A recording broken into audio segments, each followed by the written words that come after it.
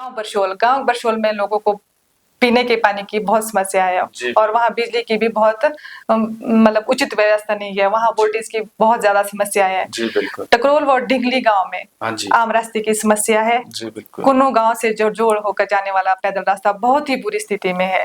बखेड़ी से घाटा, सौवा से बनौर, ढिंगली सड़क की स्थिति बहुत ही खराब है। गाँव गलोग में पैदल चलने वाले रास्ते की स्थिति भी बहुत ही खराब है।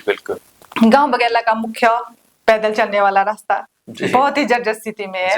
वो वोल्टेज की समस्या भी हमारे गांव में देखी जा सकती है। ग्राम पंचायत बगैला के कार्यालय तक सड़क की हालत भी ठीक नहीं है, सही नहीं है, जो कि पढ़ेर मंदिर से होते हुए आगे गांव पटलू की ओर जाती है, जिसका सुधार किया जाना अत्यंत आवश्यक है।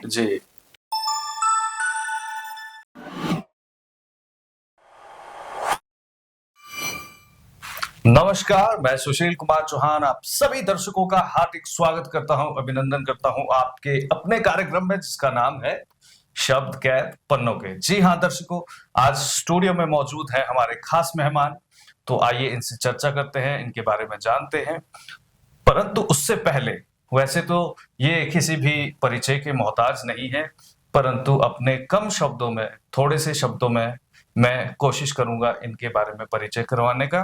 तो आप हैं सरिता जी, ये बेसिकली बगैला तहसील करसोग जिला मंडी हिमाचल प्रदेश के रहने वाली, और इस बार पंचायती राज चुनाव 2026 में सरिता जी दावेदारी रख रही हैं प्रधान पद के लिए। तो इनके बारे में वैसे तो मैं क्या कहूँ, ये एक शिक्षित महिला है और काफी योग्य और मिलनसार महिला है। और जैसा कि इस बार हम एक मुहिम चला रहे हैं महिला सशक्तिकरण के बारे में अक्सर चर्चा होती है, तो ये जीती जागती मिसाल आपके सामने है।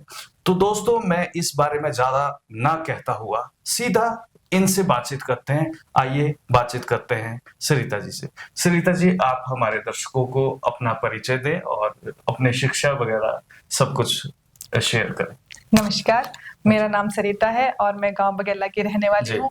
मेरी रुचि समाज सेवा में है, इसलिए मैं समाज सेवा करना चाहती हूँ। ये मेरा छोटा सा परिचय है। और रही बात मेरी शिक्षा की, तो मेरी शिक्षा MA हिंदी तक हुई है। मेरी प्राथमिक शिक्षा राजकीय प्राथमिक पाठशाला रंडौल से हुई है। मेरी +2 तक की शिक्षा राजकीय वरिष्ठ माध्यमिक पाठशाला सुन्नी डिस्ट्रिक्ट शिमला से हुई है। मैंने अपनी BA की पढ़ाई राजनीतिक शास्त्र के साथ की है। और मेरी MA हिमाचल प्रदेश विश्वविद्यालय से यूनिवर्सिटी से हुई है। जी अच्छा सरिता जी, हमें आपके बारे में जान के बहुत खुशी हुई कि तो बात करें पुराने समय की, उस समय महिलाओं और लड़कियों को बहुत ही पाबंदी थी शिक्षा के क्षेत्र में या दूसरी गतिविधियों में, परंतु आप एक जीती जागती मिसाल है महिला सशक्तिकरण के अंदर।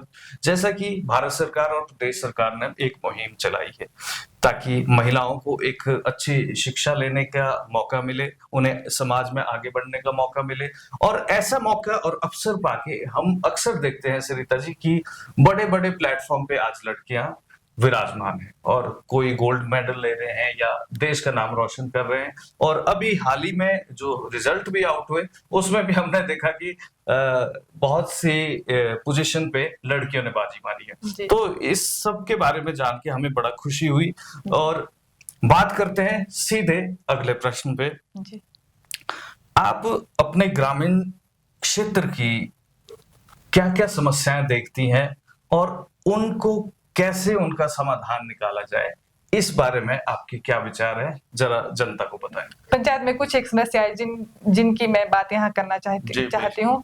जैसे गांव बरसोल में लोगों को पीने के पानी की बहुत समस्या है और वहाँ बिजली की भी बहुत मतलब उचित व्यवस्था नहीं है। वहाँ वोल्टेज की बहुत ज्यादा समस्या है।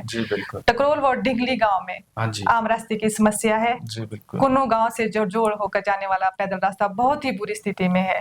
बखेड़ी से घाटा, सौवा से बनौर, ढिंगली सड़क की स्थिति बहुत ही खराब है। गाँव गलोग में पैदल चलने वाले रास्ते की स्थिति भी बहुत ही खराब है। गाँव बगैला का मुख्य पैदल चलने वाला रास्ता बहुत ही जर्जर स्थिति में है। वो वोल्टेज की समस्या भी हमारे गांव में देखी जा सकती है। ग्राम पंचायत बगैला के कार्यालय तक सड़क की हालत भी ठीक नहीं है, सही नहीं है, जो कि पढ़ेर मंदिर से होते हुए आगे गांव पटलू की ओर जाती है, जिसका सुधार किया जाना अत्यंत आवश्यक है। जी हाँ, वैसे देखा जाए हर गांव की समस्याएं एक जैसी होती हैं। जी, और आगे कौन सी समस्याएं हैं जो जनसंपर्क के माध्यम से आपको देखने को मिली? जी, पंचायत कार्यालय में आए लोगों को बैठने के लिए कोई उचित व्यवस्था नहीं है। जी। परिसर के बाहर लोगों को बैठने के लिए कोई बेंच इत्यादि नहीं है। जी बिल्कुल। गांव पार्टी से कुटलू व पाटलू में आम पैदल रास्ते की स्थिति बहुत खराब है। जी, इसके अलावा भी ग्राम पंचायत बगेला के लोगों की समस्याएं, जिसमें पीने की पानी, बिजली की समस्याएं, बहुत सारी समस्या है जो मतलब कि हमें गांव में देखनी पड़ती है। मैं इन सभी समस्याओं के निदान के लिए सरकार द्वारा चलाई जा रही विभिन्न कल्याणकारी योजनाओं जैसे GRMG, स्वच्छ भारत, वित्त आयोग के तहत मिलने वाली राशि, स्थानीय पंचायत समिति सदस्य, जिला परिषद सदस्य, स्थानीय पंचायत की समस्याओं को विभिन्न मुद्दों में धनराशि आवंटित करवाने के लिए प्रयास करूंगी और प्रत्येक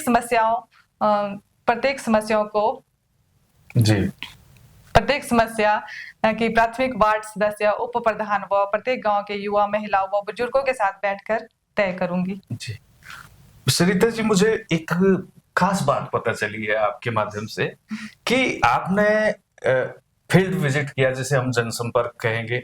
आपने लोगों की समस्याओं की एक लिस्ट ही तैयार की है और इतने सटीक तरीके से आपने एक एक काम हमें गिनाए कि जैसे मानो आपने एकदम स्मरण रख के उन समस्याओं को याद कर लिया हो। और ये बड़ी रुचि वाली बात है, या देखा जाए बड़े इंटरेस्टिंग बात है कि आपने सभी समस्याओं को समझा, चाहे वो जनसंपर्क के माध्यम से हो, चाहे वो जैसे भी किसी भी माध्यम से आपने सभी समस्या को जाना और साथ ही साथ आपने उनका एक अपने दिमाग में समाधान भी निकाल लिया है, जो कि बहुत ही काबिले तारीफ है। तो सीधा बात करता हूं मैं अगले प्रश्न की। आपके ग्राम पंचायत में भविष्य को लेके कौन कौन सी योजनाएं हैं जिन पे आप आगामी 5 वर्षों में काम करने वाली हैं? देखिए सुशील जी, विकास एक निरंतर चलने वाली प्रक्रिया है। मनुष्य जब से सामाजिक प्राणी बना है, वह निरंतर बेहतरीन प्रयास कर रहा है। हमारी पंचायत में भी विकास की प्रक्रिया निरंतर चलती आ रही है। पूर्व में रहे प्रतिनिधियों ने पंचायत के विकास में अहम योगदान दिया है। रही बात हमारी पंचायत की भविष्य की, तो मेरा निजी विचार है कि मैं 5 वार्डों में पार्क का निर्माण व उनमें खुली जिम स्थापित करना अत्यंत आवश्यक है, ताकि बुजुर्गों के लिए स्वास्थ्य लाभ व युवा के लिए नशे से दूरी व स्वस्थ जीवन शैली की आदत को विकसित किया जा सके। बरशोल में पानी की समस्या का समाधान जल शक्ति विभाग के अधिकारियों के साथ मिलकर निकालने के लिए जनसमूह के साथ जल्द प्रयास करूंगी। सड़कों व रास्ते के उचित रखरखाव के लिए पंचायत की ग्राम सभाओं में लोगों के साथ सलाह मशवरा करके वार्ड वाइज इनके समाधान को तीव्र गति से कार्य किया जाएगा। जी देखिए सरिता जी, मुझे ये सुन के बड़ा मतलब एक गर्व सा महसूस हो रहा है कि यदि आप जैसे नेता चुन के आते हैं तो वो समाज का विकास बहुत तीव्र गति से करेंगे, क्योंकि आप एक शिक्षित महिला होने के साथ साथ एक पारखी नजर रखने वाली है कि आपने गांव की समस्याओं को बहुत ही नजदीक से और एक बारीक नजर से देखा है और साथ ही साथ कहीं ना कहीं आपने उन सब के सॉल्यूशन जिनको कहेंगे या समाधान कहेंगे वो भी ढूंढ लिए हैं।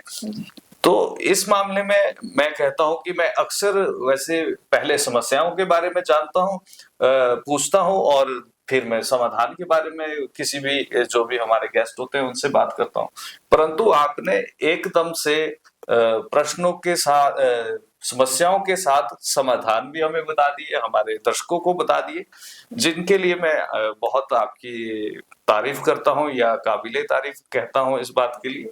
थैंक यू सो मच जी।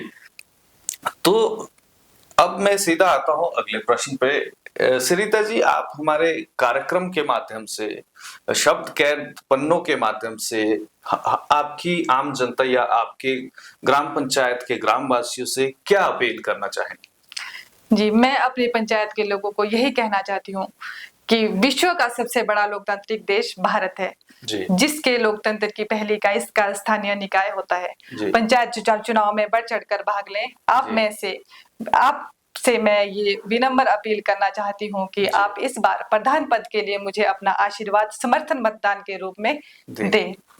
हम मिलकर बगैला पंचायत का विकास करेंगे। मैं आपको विश्वास दिलाती हूँ कि मेरा चुनाव करके बगैला पंचायत को विकसित पंचायत बनाने का कार्य करेंगे।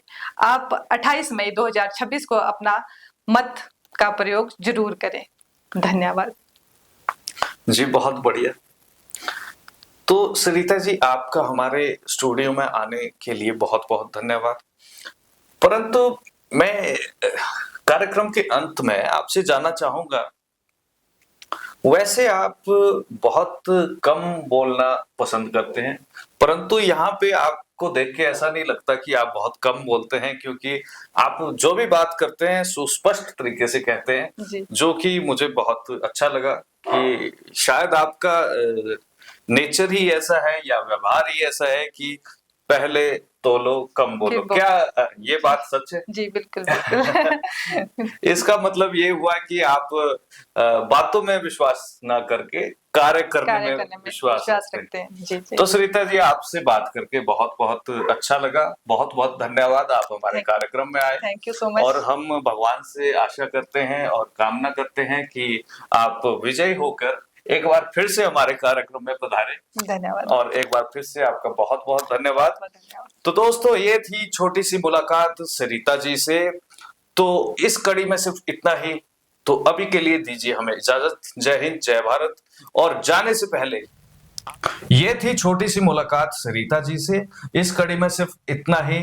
तो अगली कड़ी में मिलेंगे किसी और मेहमान के साथ और चर्चा करेंगे और जानेंगे उनके बारे में, और वो अपने विचारों को प्रकट करेंगे हमारे कार्यक्रम के माध्यम से। तो इस कड़ी में सिर्फ इतना ही। दीजिए सुशील कुमार चौहान को इजाजत। और अंत में ज्यादा से ज्यादा लाइक करें, शेयर करें और हमारे पेज को फॉलो करना ना भूलें, और हमारे YouTube चैनल को भी सब्सक्राइब जरूर करें। तो अब तक के लिए सिर्फ इतना ही। दीजिए इजाजत। जय हिंद, जय भारत।